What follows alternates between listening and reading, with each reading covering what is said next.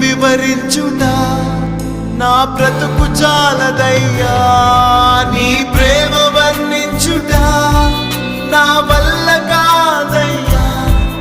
నీ కృపని వివరించుట నా బ్రతుకు చాలదయ్యా. తండ్రి దేవా